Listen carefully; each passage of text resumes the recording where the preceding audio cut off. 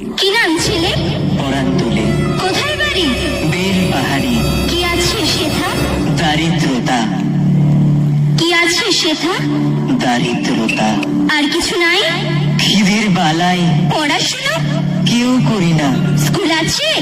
নয়কো কাছে। কত দূরে? দিবান্তরে। মাস্টার কটা? মোটে একটা।